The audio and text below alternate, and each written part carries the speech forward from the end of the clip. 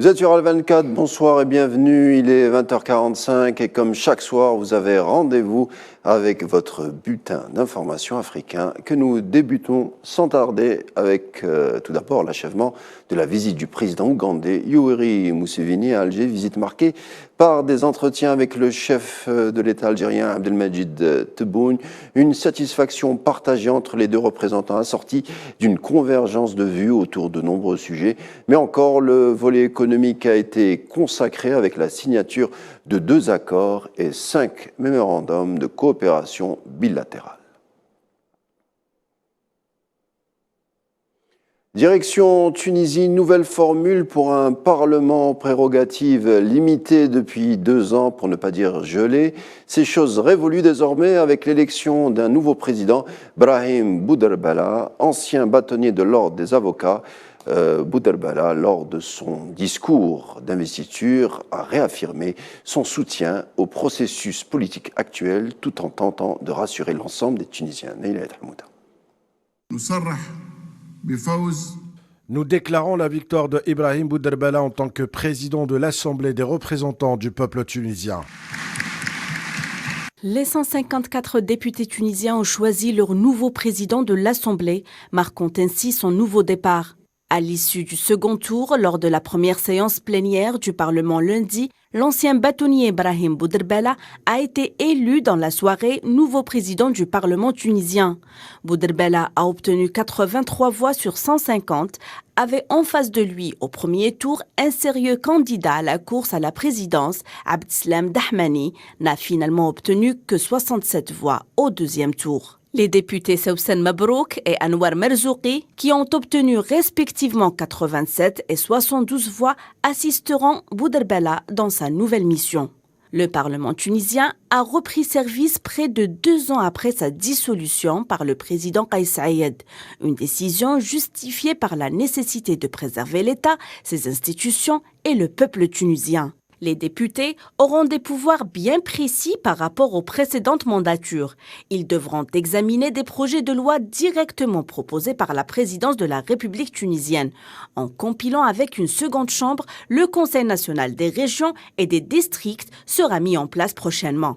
Ce Parlement ne sera pas comme celui d'avant, comme martelé par le président tunisien Kais Saied dans une déclaration samedi, fustigeant au passage l'idée de créer des blocs parlementaires. Le président tunisien a souvent critiqué les précédentes mandatures, le système des partis politiques, mais également le système semi-parlementaire qui avait prévalu pendant plusieurs années. Tout autre sujet à présent, au Mali, la campagne armée contre le terrorisme continue, ce dans plusieurs localités. Le bilan accumulé des actions des militaires entre fin février et le 12 mars est le suivant. 10 refuges détruits, 19 terroristes neutralisés et enfin 60 suspects arrêtés. Justement, en dépit des résultats sur le terrain, la lutte contre les groupes armés demeure néanmoins difficile. On en veut pour preuve hier soir, une quinzaine de soldats ont été pris à partie par des tirs dans le nord du Burkina Faso, près de la frontière malienne. Nous avons voulu justement faire un point de la situation sécuritaire dans cette région sahélo-malienne et tenter d'en savoir plus sur la politique d'endiguement des groupes armés avec le journaliste Massiri Diop. On l'écoute. L'une des zones les plus affectées aujourd'hui, c'est celle qu'on appelle la zone des 3 frontières. Souvent, on donne aussi l'appellation Liptako-Gourmad, qui regroupe le Mali, le Burkina et le Niger. C'est une guerre qui ne pourra surtout pas prendre fin dans l'immédiat. Il faut beaucoup de tact et puis savoir surtout que le tout militaire et sécuritaire ne suffit pas. Il faut aller beaucoup plus loin, investir notamment dans tout ce qui est projet de développement pour empêcher toute voie de sortie aux terroristes, pour ne pas laisser des griefs que les terroristes peuvent exploiter comme frustration pour les populations afin d'attirer un peu leur sympathie dans les actions qu'ils mènent. Encore au chapitre de l'insécurité pour notre édition du jour, nous restons dans la région sahélienne. Comme vous vous en doutez, un espace difficilement maîtrisable par les armées régulières. Cette fois, ce sont une vingtaine de terroristes éliminés dans le centre nord du Burkina Faso. Le pays connaît depuis le début de l'année une intensification des violences sur de nombreuses parcelles de son territoire. Et la Somalie n'est pas en reste. Au moins 5 morts et 11 blessés sont à déplorer suite à un attentat dans la région sud-ouest. Parmi les victimes se trouvaient un gouverneur et plusieurs responsables militaires s'étant réunis dans une maison d'hôtes dans la région du Guédo, située à 500 km à l'ouest de la capitale Mogadiscio. L'attaque n'a pas été revendiquée, mais les soupçons se fixent sur le Shebab, groupe affilié à Al-Qaïda qui commet régulièrement des attentats suicides dans ce pays de la Corne de l'Afrique.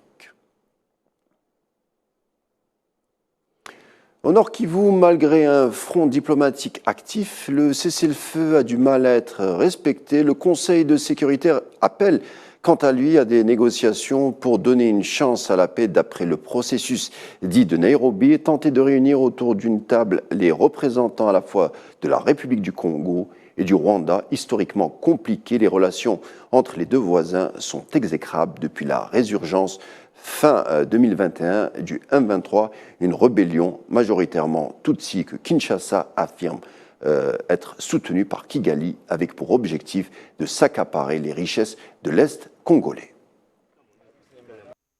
Nous exhortons ici le président Tshisekedi de doter de plus de moyens à l'armée congolaise afin que cette situation soit réglée de manière militaire. Parce que quoi que l'on fasse, malgré la bonne foi de notre pays, malgré la bonne foi de nos dirigeants, le Rwanda continuera à se moquer de nous.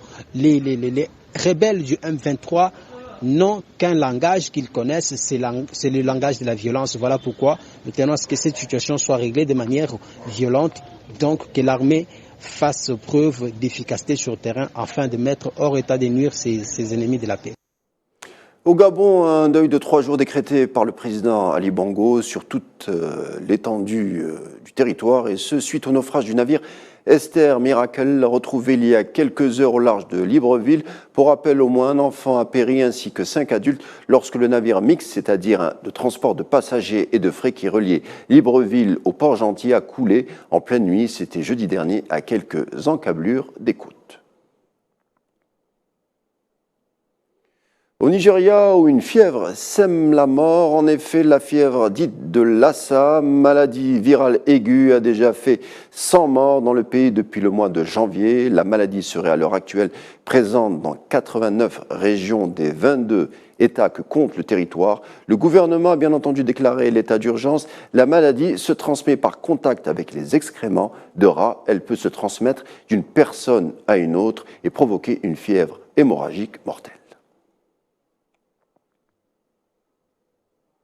Le cyclone Freddy continue de faire des ravages au Malawi. Un dernier bilan fait état d'au moins 190 morts et de plusieurs centaines de blessés dans ce pays pauvre et enclavé. Avec des vents de 220 km/h, le cyclone a surtout la longévité record pour frapper 2 fois l'Afrique australe, une première fois fin février, après une traversée inédite de plus de 10 000 km d'est en ouest dans l'océan Indien. Il avait touché terre à Madagascar avant de frapper le Mozambique et le Malawi. L'édition africaine arrive à sa fin. Merci de nous avoir accompagnés tout au long. Je vous laisse en compagnie du bulletin météo. L'information continue sur Al24 en vous souhaitant une agréable soirée.